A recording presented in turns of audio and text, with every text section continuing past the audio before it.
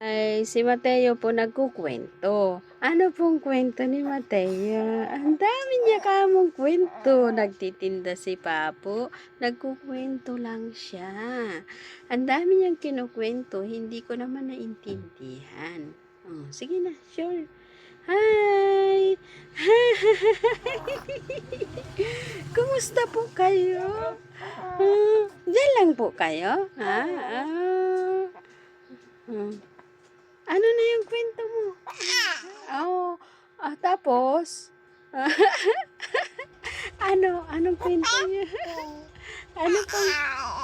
Oy, ganun. Ano pa?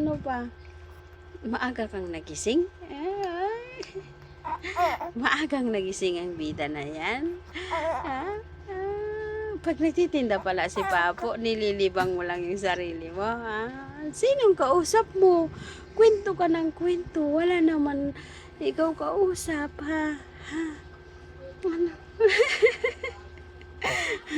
Bakit kinumot mo na yung ano mo, yung kumot mo?